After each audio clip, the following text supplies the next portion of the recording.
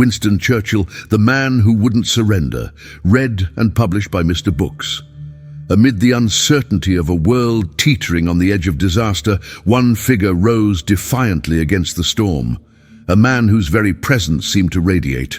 An unyielding refusal to bow to the darkness threatening to engulf his homeland.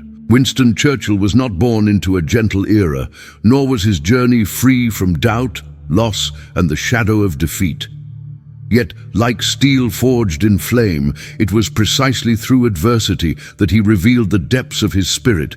Unyielding, passionate, and ever defiant, Churchill's life was a tapestry woven with remarkable contrasts. Soldier and statesman, painter and orator, visionary and traditionalist.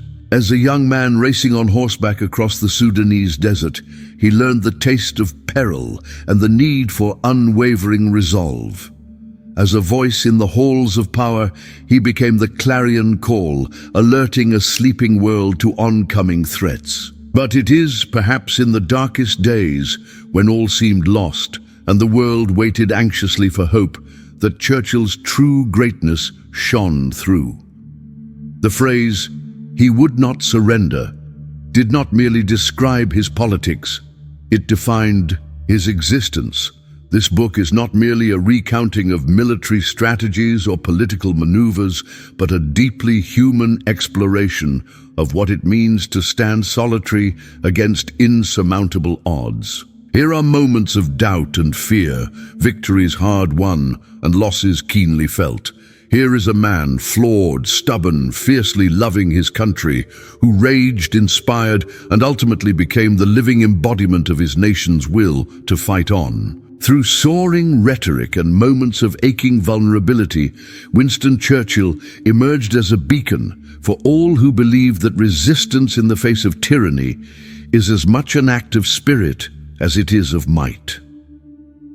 As we embark upon this journey through Churchill's life, we will walk alongside him, from youthful ambition to the shadows of war, through the halls of Parliament and the bunkers beneath London, feeling the weight of history on his shoulders. Each chapter peels back another layer of the legend, discovering not a man of marble, but a man who wept, who doubted, who defied, and who, through it all, would not surrender. Let us follow his footsteps, and perhaps find within ourselves the same stubborn spark that refuses to yield when all else trembles.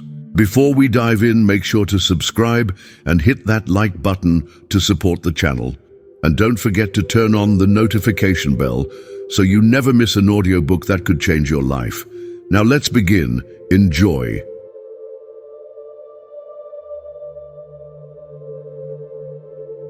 Chapter 1. The Crucible of Fire. Early Trials and Formative Years.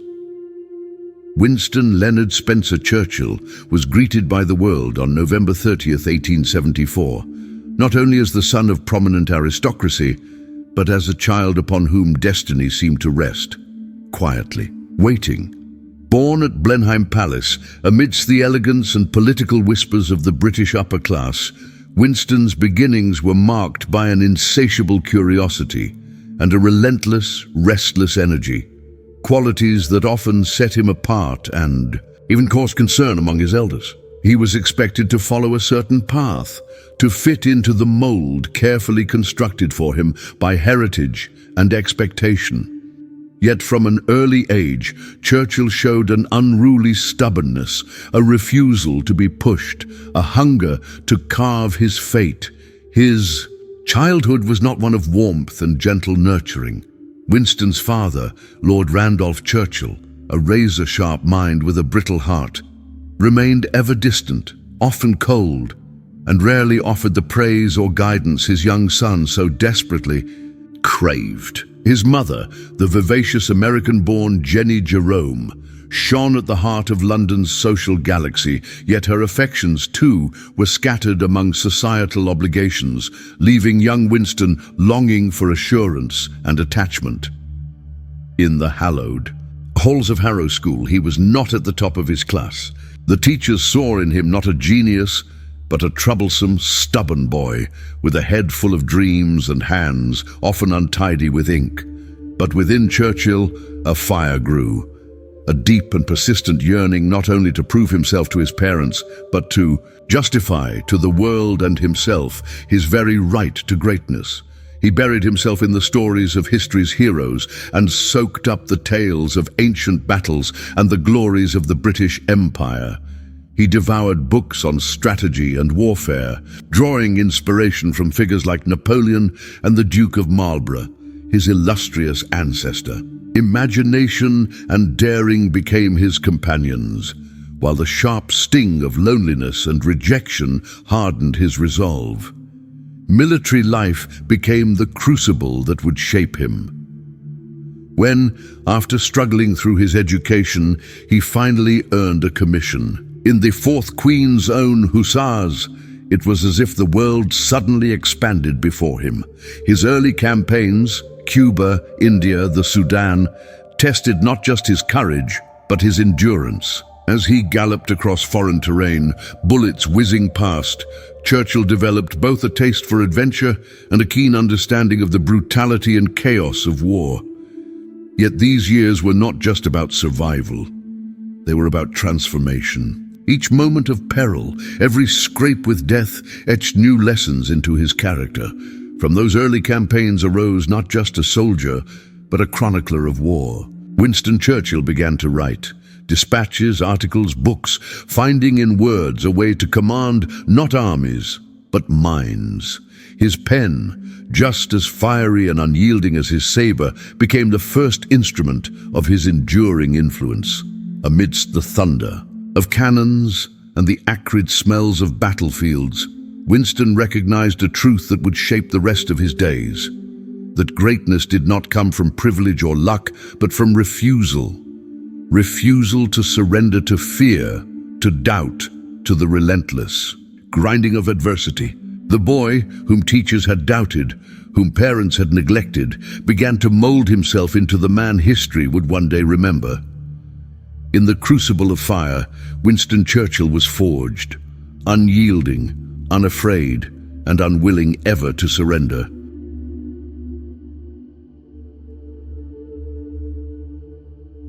Chapter 2. A Voice Against the Storm. Churchill's Rise in Parliament. When Winston Churchill first entered the House of Commons in 1900, it was not with universal acclaim, but rather the watchful skepticism reserved for the notorious sons of famous men. His reputation as a war correspondent, already slightly infamous for his daring escape from Boer captivity, predated his political ambitions, painting him as more adventurer than statesman in the eyes of many veteran politicians. But Churchill, with his youthful energy and razor-sharp wit, soon set about dispelling such notions. The British Parliament at the turn of the 20th century was, in many ways, an echo of the empire itself. Proud, often complacent, and deeply set in its traditions. Against this backdrop, Churchill's arrival was a storm of fresh air mingled with controversy.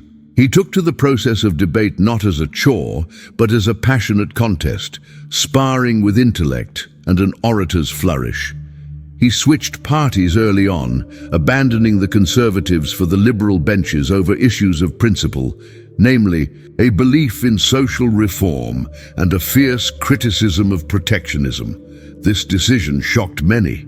It was rare, almost unthinkable, for a young politician to risk career for conscience. Yet Churchill, driven by an internal sense of justice, never hesitated.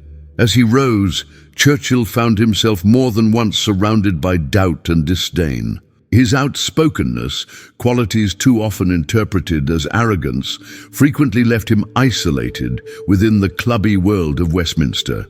He challenged the established order, questioning policy decisions, championing causes deemed unpopular. His campaign for social reforms, including measures for unemployment insurance, old age pensions, and worker protections, marked him as a radical in an age where the suffering of the poor was frequently invisible to the political elite. But Churchill was relentless. He carried both the wounds and the pride of his outsider status, using them as fuel to drive forward innovative policies. Events would conspire to both exalt and humble him. Appointed First Lord of the Admiralty in 1911, Churchill embarked on modernizing the Royal Navy, foreseeing the rise of new forms of warfare. He advocated for technological innovation, such as the development of the formidable dreadnought battleships, and recognized the growing threat posed by a militarizing Germany. Yet his prescience, while brilliant, was not always welcomed. Tradition and inertia proved formidable enemies. Even then, as Europe drifted inexorably toward the First World War, Churchill's voice rang out, urging preparedness, warning of coming storms. The Great War itself would be both a proving ground and a graveyard. For ambition, the disastrous Gallipoli campaign, Churchill's brainchild, brought ignominy and agony. The campaign's failure cost thousands of lives, and the blame fell heavily on Churchill's shoulders. He accepted resignation with characteristic sorrow, but without complaint, retreating not into bitterness, but onto the front lines of France. As an officer, risking life as surely as any common soldier, the experience scarred him, but it was in the bitterness of defeat that Churchill's fortitude crystallized. Resilience became not merely an ideal, but a daily necessity as he rebuilt, reformulated, and ultimately returned to the center of power. As the 1930s approached, a time when much of Europe oscillated on the edge of chaos, Churchill's voice grew again in volume and urgency. Despite being relegated to the political wilderness for opposing British appeasement of Hitler, he refused to mute his warnings. He bore the scorn of colleagues and the public, but never surrendered his belief that evil, when left unchecked, would grow monstrous. Throughout these years, Churchill's rise in Parliament was no smooth ascent, but a rugged climb, marked by choices that called for not just intellect, but immense courage of conviction. For Winston Churchill, surrender, neither to the oppression of outdated norms, nor to the silencing force of popular opinion, was unthinkable. He had tasted defeat and yet continued forward, forging from adversity a voice that would, in the end, echo not only through the halls of Parliament, but throughout all of history.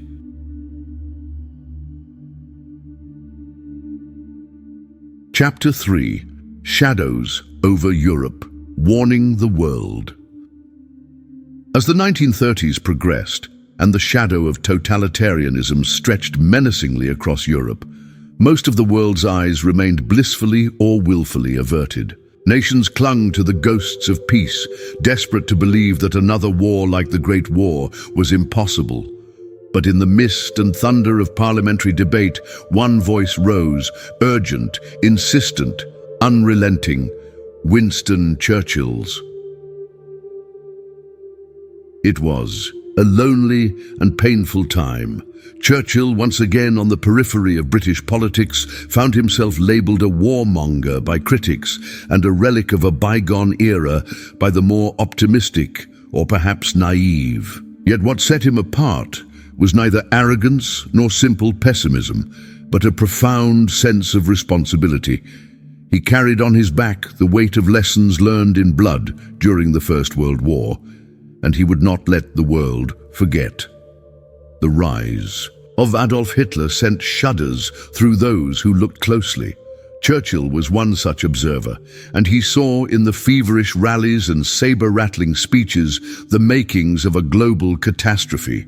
He pored over intelligence reports, devoured books on German rearmament, and paid acute attention to every diplomatic overture and military maneuver emerging from Berlin. Where others saw only the possibility of negotiation and peace, Churchill saw the terrible inevitability of conflict and isolation. Night after night, in speech after speech, Churchill stood before Parliament and the public, arguing that appeasement was folly. He cautioned against the comfort of denial, speaking openly of the urgent need to rearm, to forge alliances, and to face reality with unblinking eyes. His warnings were received with a mixture of scorn and pity. Britain, still haunted by memories of slaughter in the trenches, had no appetite for another war. The headlines mocked him, cartoons caricatured him, But Churchill endured. These were years of deep isolation. Many of Churchill's friends slipped away, cautious not to be dragged along by his obsessions. Political invitations dried up, his financial worries increased. Even his wife Clementine, a pillar of his emotional support, could only watch as he waged his lonely campaign, under siege from both the world and his doubts. Yet, no matter the loneliness, no matter the pounding he took from political opponents and public opinion, he did not retreat. He would not, indeed could not, surrender his principles or muffle his warnings. In these late-night vigils, haunting the corridors of his home at Chartwell, Churchill wrote prolifically. Articles, memos and letters poured from him, each a clarion call, each a piece of evidence, each a monument to his enduring belief in the power of preparedness. His mind raced with strategies and visions. One moment the soldier, the next the historian, always the statesman, crafting an arsenal of words as powerful as any fleet of tanks. Then came Austria, Czechoslovakia.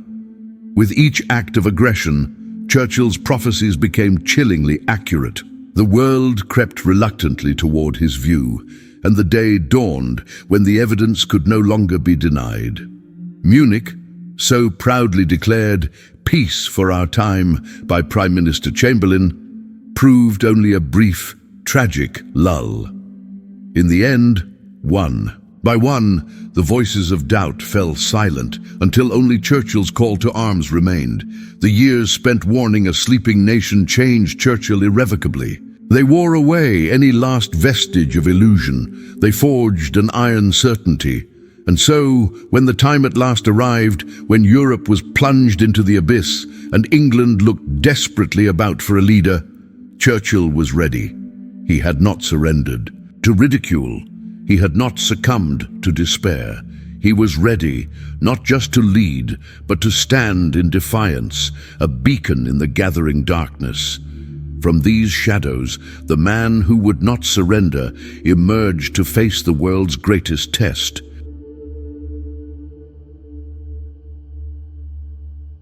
Chapter 4. The Gathering Tempest. The outbreak of war, the storm that Churchill had sensed for so long, finally broke on September 1st, 1939, when German tanks rolled into Poland and darkness swept across Europe. Britain and France, their patience, frayed past endurance, declared war on Germany. Though few felt truly ready, least of all the British public, the hour had come when hesitation could no longer hide the truth. The world was at war, and Churchill at last stood poised to take his rightful place at the epicenter of history. At first, Churchill returned to the Admiralty, his appointment announced with the simple code word, "Winston is back." The Royal Navy greeted him as if a father had come home.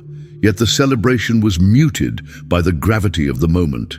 Germany's blitzkrieg was unlike anything the world had known, swift, devastating and armed with the ruthless efficiency of totalitarian will.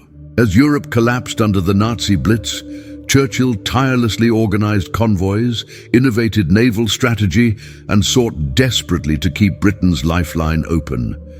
Each decision was made in the knowledge that one error, one moment of hesitation, could cost thousands of lives. The phony war, the lull of anticipation that followed, fueled anxiety more than confidence. Weeks passed with little action. Whispers grew in Parliament and across the countryside.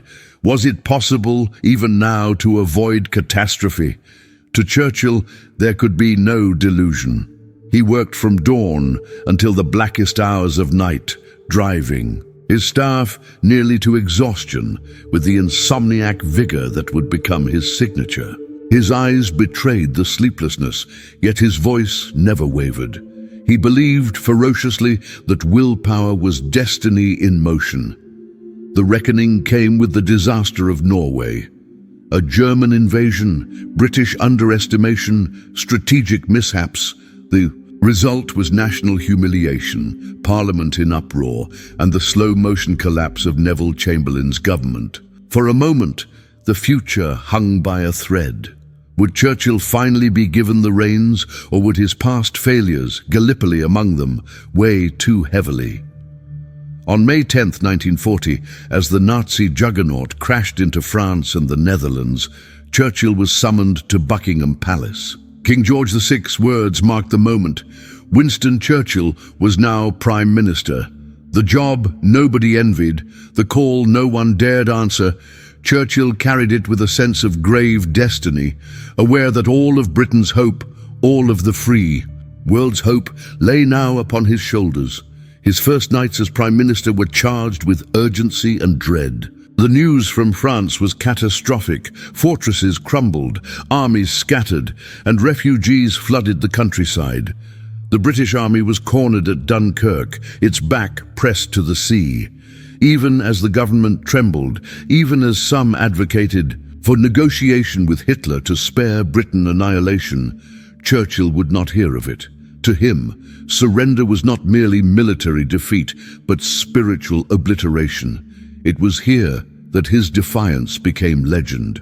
In his first address as Prime Minister, he offered not comfort but truth.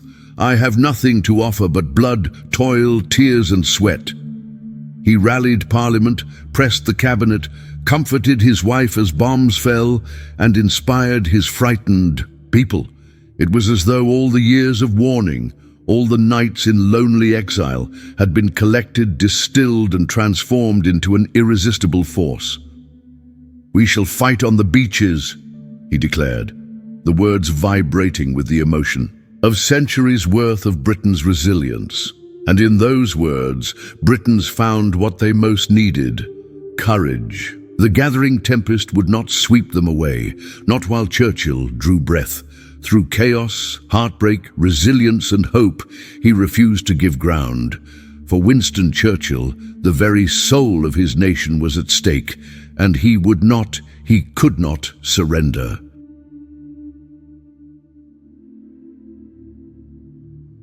Chapter 5. Bulldog Defiance. Churchill as wartime leader, Churchill's tenure as Prime Minister during Britain's darkest days embodied courage and determination. He faced military challenges and the monumental task of leading a terrified, war-weary populace. German bombers turned London into an inferno night after night, ravaging not only buildings, but the spirit of a nation. Each fresh attack was an attempt to break the will of the British people. It was here that Churchill's emotional strength, his unquenchable spirit, glowed brightest. Day after day he roamed the ruins, walking among the bombed-out skeletons of houses, pausing to speak to firefighters and ordinary citizens alike. He offered not empty platitudes, but the rare comfort of solidarity, the feeling that, in their suffering, they were not alone. The sight of his familiar bulldog features, cigar clenched between teeth, symbolized that Britain's fight was far from finished. In cabinet meetings, Churchill was relentless. He demanded innovation, cajoled, bullied, and inspired. His leadership style was at times chaotic, at times dictatorial, but always underpinned by an intense sense of duty. He trusted his instincts, rarely hesitated, and when necessary, made decisions that would be remembered for generations. When the nation wavered, he reminded them of their heritage, their history, and their indomitable spirit. But the burdens lay heavy. Privately, Churchill wrestled with fear and doubt. He confided in Clementine, struggled with insomnia, and bore the guilt of every lost life as if it were his own. Yet even in moments of despair, he reached for a deeper well of hope. His speeches were not mere words, they were lifelines, an unbreakable thread tying each Briton to their past, their land, their sense of what it meant to be free. Even as bombs fell, Churchill never lost sight of the world beyond Britain's shores. He reached out to Roosevelt, forging a friendship and alliance that would one day be decisive. He pressed for the creation of resistance networks, supported underground fighters, and nourished the hope that, even in occupied Europe, the light of freedom still flickered. The bulldog defiance Churchill embodied was not just for show. It became the rallying cry of a nation brought to its knees, yet refusing to yield. In moments when hope seemed little more than a whisper amid the dust and ruin, Churchill's spirit called out to every Briton, "Stand firm, never surrender." And so, in their darkest hour, a battered island found the courage to fight on, and in Churchill they found the leader who would not break.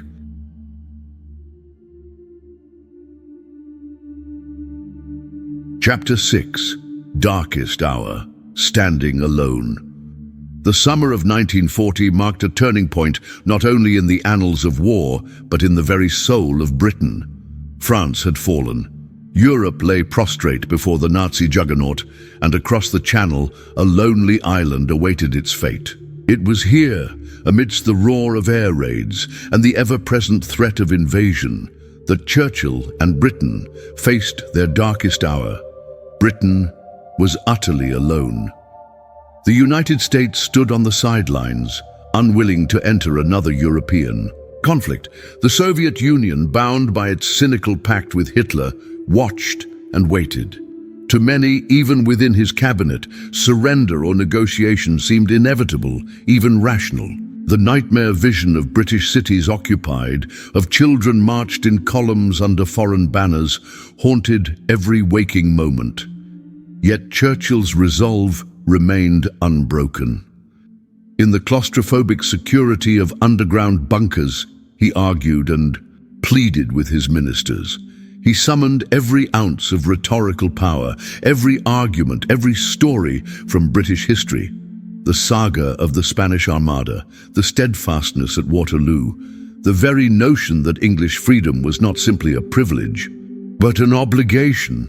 He made it clear that for as long as he drew breath, surrender was not an option. He thrilled the hearts of millions with a defiant truth. If the British Empire and its Commonwealth last for 1,000 years, men will still say this was their finest hour.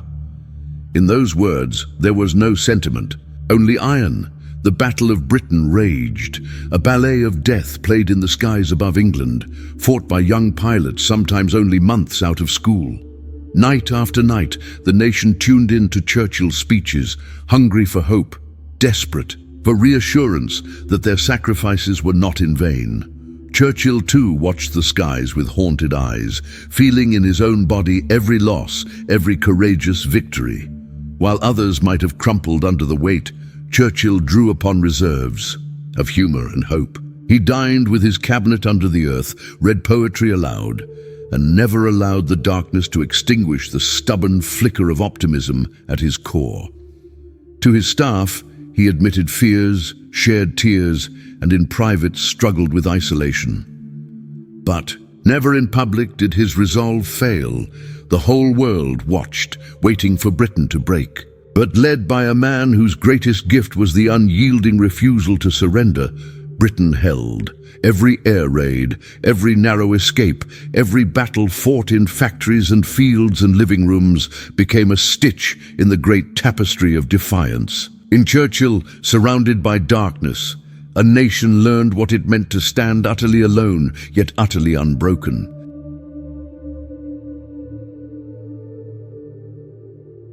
Chapter 7. Turning the Tide, Alliances and Victories, May 1941. The chill of the Atlantic wind carried more than the scent of salt and diesel. There was steel in the air, a collective breath held hostage by hope. For nearly 2 years, Britain had stood alone, battered but unbroken, a solitary citadel ringed by the encroaching shadow of tyranny. Now, at last, the tides began to shift. Winston Churchill, whose voice had not been so long ago a cry in the wilderness, now found allies answering his call. The arrival of American aid, first in the form of ships under the Lend-Lease Act, and soon with boots on the ground following the Japanese attack on Pearl Harbor, infused Britain with resources and resolve. Roosevelt and Churchill, two souls separated, by an ocean but united in purpose, corresponded and later stood shoulder to shoulder. Their partnership was not just strategic, but deeply personal, a shared vision that the world might, against all odds, be saved. Churchill's leadership thrived. In this delicate, sometimes fractious coalition, he had witnessed the perils of unchecked egos and fractured alliances in the First World War. Now, with haunting memory as tutor, he worked tirelessly to bridge differences. The Soviet Union, brutalized by Hitler's armies, joined the cause, not out of affinity, but necessity. Churchill, wary but pragmatic, extended the hand of uneasy fraternity to Stalin. Negotiations were fierce, tempers short, but Churchill never lost sight of the greater goal, the survival of free civilization. The great conferences, Casablanca, Tehran, Yalta, were more than meetings. They were the crucibles where the future of continents was cast. Churchill, ever the orator, swayed arguments with wit and gravity, yet he was not blind to the price of victory. Each report of casualties, each telegram of a village destroyed, weighed heavily. The turning tides brought hope, but also responsibility. And Churchill penned letters late into the night, haunted by the images of sacrifice. Victory, when it came, was not a trumpet's triumphant cry, but a weary, guttural sigh. D-Day, June 6, 1944, marked the beginning of the end, a day Churchill watched unfold with clenched fists and silent prayers. Allied soldiers stormed the beaches of Normandy under withering fire, but they advanced, inch by bloody inch. Reports of their courage streaked across Churchill's desk. His heart soared and ached in equal measure. It was a victory bought dearly, and Churchill mourned every loss, writing letters and sending condolences with the personal touch of a man who never forgot the cost. As the Allies pressed into the heart of Europe, the world watched and waited. The long night was ending, but the dawn was bruised and raw. For Churchill, the elation of victory was tempered by somber reflection. The alliances he'd helped forge would now decide the peace. His dream, a world united against the darkness, would soon be tested by the complications of freedom. The tide had turned, but new storms were brewing just beyond the horizon. In the city and the countryside, in homes shattered and rebuilt, the people of Britain huddled around radios and cheered in the streets. They knew, as Churchill did, that each step forward was paved with the sacrifice of the past. His indomitable will, forged in isolation, had become the anvil upon which victory was shaped. Yet Churchill understood better than anyone that victory was not an end. It was another beginning. The world would be rebuilt or ruined by the choices made in its fragile aftermath. Alliances had been tested and proved, but the true meaning of victory lay not in conquests, but in the courage to heal. For Churchill, as always, there would be no surrender, not to complacency, not to fear, not to regret.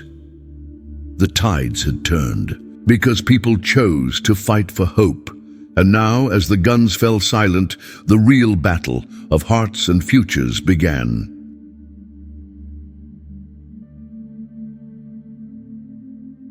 Chapter 8. Legacy of Courage. The Indomitable Spirit.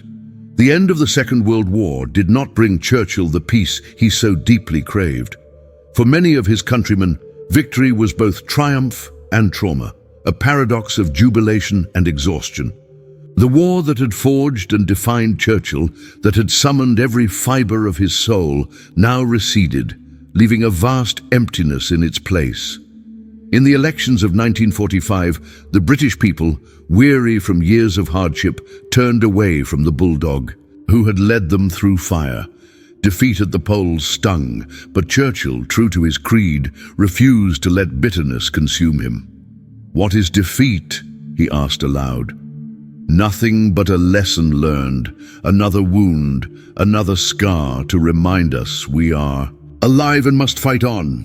Courage was not the absence of loss, but the refusal to be governed by it. Even as he left Downing Street, Churchill's legacy was still being written.